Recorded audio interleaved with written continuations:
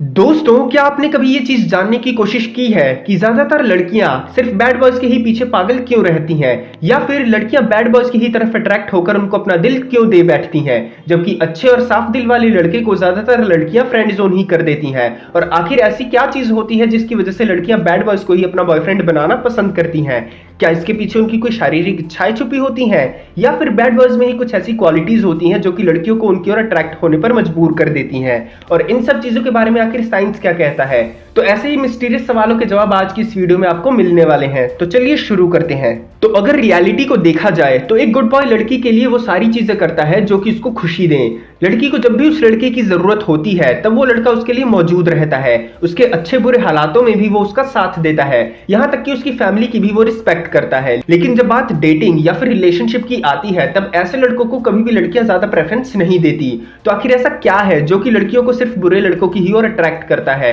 इस बात को जानने से पहले हमें यह समझना होगा कि आखिर बैड बॉयज किन्हें कहा जाता है। तो दरअसल बैड बॉय वो इंसान होता है जो कि सोसाइटी की परवाह ना करते हुए हमेशा अनप्रेडिक्टेबल चीजें ही करता है जो कि उन्हें खुशी देती हैं। बैड बॉय हमेशा सही गलत और किसी के ओपिनियन से ज्यादा अपनी खुशी को इंपॉर्टेंस देता है और अपनी लाइफ को खुद के टर्म्स और कंडीशंस पर जीने में बिलीव करता है, जो कि उन्हें रिबेल, रूड और एरोगेंट बनाता है। लेकिन इसी बीच अब सवाल ये खड़ा हो जाता है कि अगर बैड बॉयज इतने ही रिबेल, रूड और डार्क पर्सनैलिटी वाले इंसान होते हैं तो आखिरकार लड़कियां उन्हें ही पसंद क्यों करती हैं? तो इस जवाब का पता लगाने के लिए डॉक्टर सिगमंड फ्रीड ने साल 1909 में एक रिसर्च पब्लिश की थी ओइडिपस स्मिथ नाम से, जिसमें यह बताया गया था कि जब भी कोई बच्चा पैदा होता है और वो जिस माहौल में रहता है वो उसी के अकॉर्डिंग ढलने लग जाता है। जैसे कि अगर लड़कियों की बात करें तो वो ज्यादातर फेमिनिन नेचर होने की वजह से इमोशनल होती हैं। ऐसे में लड़कियों को किसी भी मेल के अंदर उनकी इंपॉर्टेंस, अप्रूवल और डिसअप्रूवल को देखने का लालच अपने आप ही उठने लग जाता है। अब जैसे जैसे लड़कियां बड़ी होने लग जाती हैं तब वो खुद को ऐसी ही मेल डोमिनेटिंग सोसाइटी में देखने के बाद उनके एक्शन और बिहेवियर पैटर्न को फॉलो करने की क्यूरोसिटी दिखाने लग जाती हैं।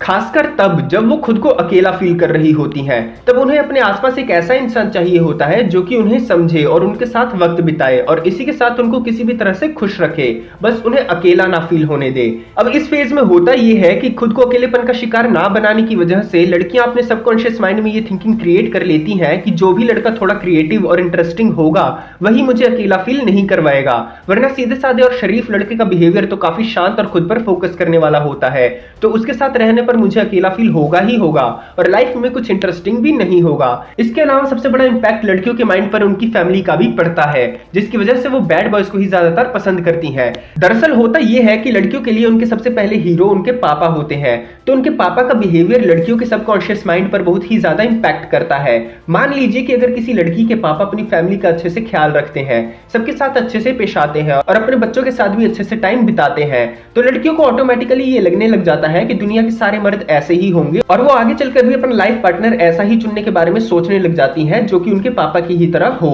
लेकिन इसी बीच अगर किसी लड़की के पापा एरोगेंट हो, बात बात पर गुस्सा करते हो और अपने बच्चों के साथ ज्यादा टाइम ना बिता पाते हो, तो एक रिसर्च में यह पता चला है कि अगर एक लड़की ऐसी ही एनवायरनमेंट में पली बड़ी हो तो मोस्ट प्रोबेबली ऐसी लड़कियां उसी लड़के को पसंद करती हैं जो कि बहुत ही डार्क पर्सनैलिटी वाला होता है, बिल्कुल उनके पापा की ही तरह, क्योंकि बचपन से ही उनका माइंड इस बात को लेकर रिवायर हो चुका होता है, जिसे डैडी इश्यूज या फिर अटैचमेंट इश्यूज भी कहा जाता है। लेकिन इन सब चक्करों में बेचारे गुड बॉयज फंसकर रह जाते हैं, क्योंकि ऐसे शरीफ और सीधे साधे लड़कों को लड़कियां बिना कुछ सोचे समझे ही तुरंत फ्रेंड जोन कर देती हैं, क्योंकि उनकी पसंद ऑटोमेटिकली डार्क पर्सनैलिटी वाले बैड बॉयज बन चुके होते हैं, जो कि थोड़ा रूड, रेबल, एरोगेंट और अपनी लाइफ को अपनी ही शर्तों पर जीने वाला इंसान होता है। हालांकि इसके बीच भी कई एक्सेप्शंस होते हैं जो कि आपको आगे चलकर पता चलेंगे, लेकिन इसी बीच आपको इसका दूसरा पहलू ये भी बता दें कि हमारी सोसाइटी में जब भी कोई पिता अपनी लड़की को अच्छे और संस्कारिक माहौल में बड़ा करते हैं तब भी आखिर लड़कियां ज्यादातर बैड बॉयज को ही क्यों पसंद करती हैं? तो इसका जवाब हमें बायोलॉजिकल एक रिसर्च में मिलता है, जिसमें यह बताया गया है कि वो लड़कियां जो कि नेचुरली ज्यादा फर्टाइल होती हैं या फिर लड़कियां जब अपने मेंस्ट्रुएशन साइकिल के बेहद करीब होती हैं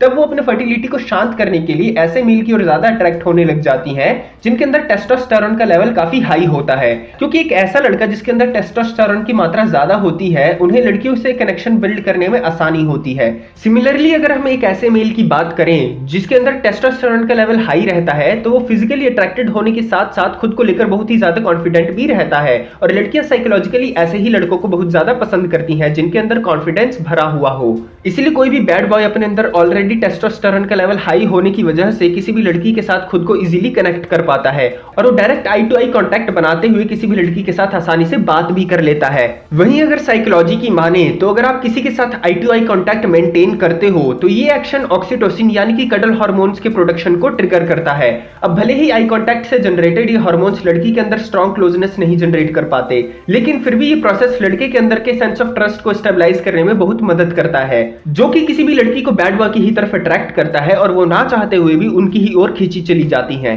हालांकि ये बात यहीं पर खत्म नहीं होती, क्योंकि अगर हम पर्सनल और लाइफस्टाइल की बात करें तो डॉक्टर रॉबिन मके, जो कि एक साइकोलॉजिस्ट हैं, वो ये बताती हैं कि गर्ल्स को हमारी सोसाइटी में हमेशा से ही अच्छा बिहेव करने के लिए कहा जाता है और उन पर कई तरीके की बंदिशें भी लगा दी जाती हैं। और ऐसे में उन्हें जब ये बार बार कहा जाता है कि उन्हें सोसाइटी के रूल्स के अकॉर्डिंग ही चलना पड़ेगा, तब लड़कियों के दिमाग में रिवर्स साइकोलॉजी की वजह से सारे रूल्स को ब्रेक करते हुए खुद की लाइफ को फ्रीडम के साथ जीने की इच्छा जगने लग जाती है। ऐसे में जब वो किसी भी बैड बॉय को देखती हैं जो कि बिना किसी रिस्ट्रिक्शन के अपनी ड्रीम लाइफ को जी रहा होता है, तब वो सबकॉन्शियसली उससे बहुत ही ज्यादा इंप्रेस हो जाती हैं, क्योंकि लड़कियों को ये चीज काफी ज्यादा एक्साइटिंग और एडवेंचरस लगती है। अब इसमें हमारे आसपास की मीडिया और मूवीज का भी बहुत बड़ा हाथ होता है, जहां हमें सदियों से मूवीज में ये दिखाया जाता है कि एक लड़की ज्यादातर अपने घर में ही कामों को लेकर लगी रहती है और सोसाइटी के रूल्स को मानते हुए वो अपनी जिंदगी जी रही होती है। लेकिन तभी उसकी जिंदगी में एक ऐसा लड़का आता है जो कि बैड बॉय होता है और वो हर लड़की के साथ फ्लर्ट भी कर रहा होता है, इसी के साथ सारे गलत कामों में भी उसका इन्वॉल्वमेंट होता है। लेकिन जैसे ही वो बैड बॉय उस लड़की से मिलता है, वैसे ही वो हरामी से स्वामी बन जाता है और इसी प्रोसेस को देखते हुए कोई भी लड़की अपनी लाइफ को एक्सप्लोर करती है। फिर सिमिलरली ऐसी ही चीजें लड़कियां अपनी रियल लाइफ में भी एक्सपेक्ट करने लग जाती हैं। इसलिए जब भी कोई लड़की ऐसे लड़के को देखती है जो कि दुनिया की परवाह किए बिना रिबेलियस तरीके से अपनी लाइफ को जी रहा होता है, तो ये चीजें लड़कियों के दिमाग में एक ट्रिगर की तरह काम करती हैं और लड़की के दिमाग में सबकॉन्शियसली ऐसे लड़के के प्रति लगाव पैदा होने लग जाता है, जिसके बारे में सेक्सोलॉजिस्ट सारा मेलेंसन ये बताती हैं कि हम दूसरों की लाइफ की उन चीजों को देखकर ज्यादा अट्रैक्ट होते हैं जिनको हम खुद की लाइफ में लाना चाहते हैं या फिर खुद की लाइफस्टाइल का हिस्सा बनाना चाहते हैं। लेकिन दोस्तों अब यहाँ पर चीजें काफी ज्यादा इंटरेस्टिंग हो जाती हैं, क्योंकि जैसा कि हमने अब तक देखा कि लड़कियां ज्यादातर बैड बॉयज को ही पसंद करती हैं, लेकिन अपने फ्यूचर को स्पेंड करने के लिए आखिर वो किसे अपना जीवन साथी चुनती हैं, इस बात का पता लगाना अभी बाकी है। तो चलिए इस सवाल के जवाब से भी पर्दा हम उठा ही देते हैं। दरअसल एक बार किसी गर्ल्स कॉलेज में एक एक्सपेरिमेंट किया गया जिसमें लड़कियों को दो टाइप के लड़कों के बारे में बताया गया, एक बैड बॉय और एक गुड बॉय, जिसके बाद उनसे ये पूछा गया कि वो किनके साथ रिलेशनशिप में आना पसंद करेंगी और किनके साथ अपनी पूरी जिंदगी बिताना चाहेंगी।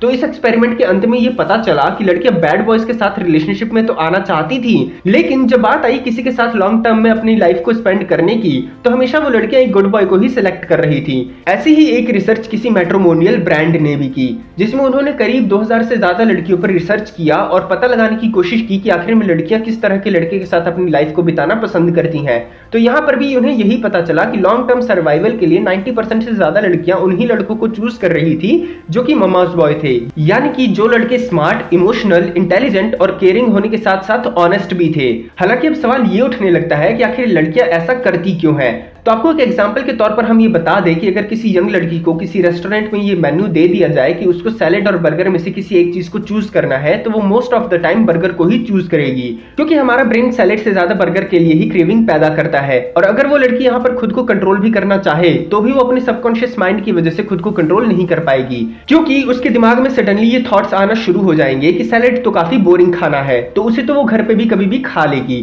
लेकिन यहाँ पर बर्गर एक नई, एक्साइटिंग और थ्रिलिंग चीज है, इसलिए वो बर्गर के लिए ही खुद को एक्सप्लोर करना पसंद करेगी। अब ऐसी सिचुएशन में अगर आप उस लड़की को ये एडवाइस भी करोगे कि बर्गर आपकी हेल्थ के लिए अच्छा नहीं है, तो भी वो आपकी बातों को नहीं सुनेगी और बर्गर को ही चूज करेगी। अभी खराब चीज कब उसकी धीरे धीरे आदत बन जाएगी उसको पता भी नहीं चलेगा, और इसके बाद जब वो खुद इस बात को नोटिस करेगी कि बर्गर की आदत ने उसे ओवरवेट कर दिया है, तब जाकर उसे हेल्दी खाने की इंपॉर्टेंस समझ में आएगी। अब ऐसे में अगर हम लड़कों की बात करें तो वो भी दो तरह की कैटेगरी के होते हैं। पहले होते हैं डार्क पर्सनैलिटी और दूसरे होते हैं नाइस पर्सनैलिटी। अब डार्क पर्सनैलिटी वाले लड़के बिल्कुल उस जंक फूड की तरह होते हैं और नाइस पर्सनैलिटी वाले लड़के बिल्कुल उस सैलेड की तरह। अब भले ही लड़के को शुरुआत में बैड बॉयज पसंद आते हों, लेकिन समय के साथ साथ उन्हें खुद ही ये रियलाइज होने लग जाता है कि एक अच्छी मैरिड लाइफ को जीने के लिए उन्हें गुड बॉय की ही जरूरत होगी, जो कि ऑनेस्टी के साथ साथ फाइनेंशियली सिक्योरिटी भी उन्हें प्रोवाइड कर सके। इसलिए 80 to 90% लड़कियां शादी गुड बॉय से ही करती हैं। हालांकि इसका मतलब ये नहीं है कि सारी लड़कियां धोखेबाज ही होती हैं। अगर सर्वेस की माने तो कुछ लड़कियां बैड बॉयज के भी साथ शादी करती हैं,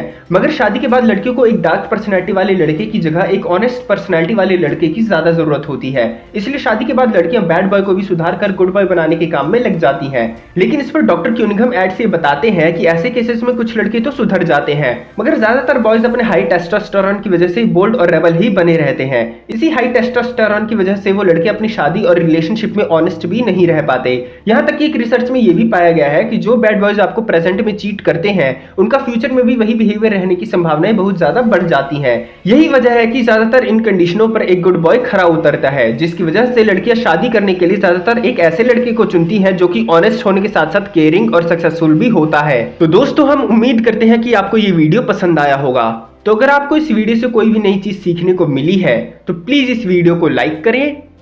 शेयर करें और जाने से पहले चैनल को सब्सक्राइब करके बेल नोटिफिकेशन को ऑन करना ना भूलें। तो मिलते हैं अगली वीडियो में, तब तक के लिए गुड बाय।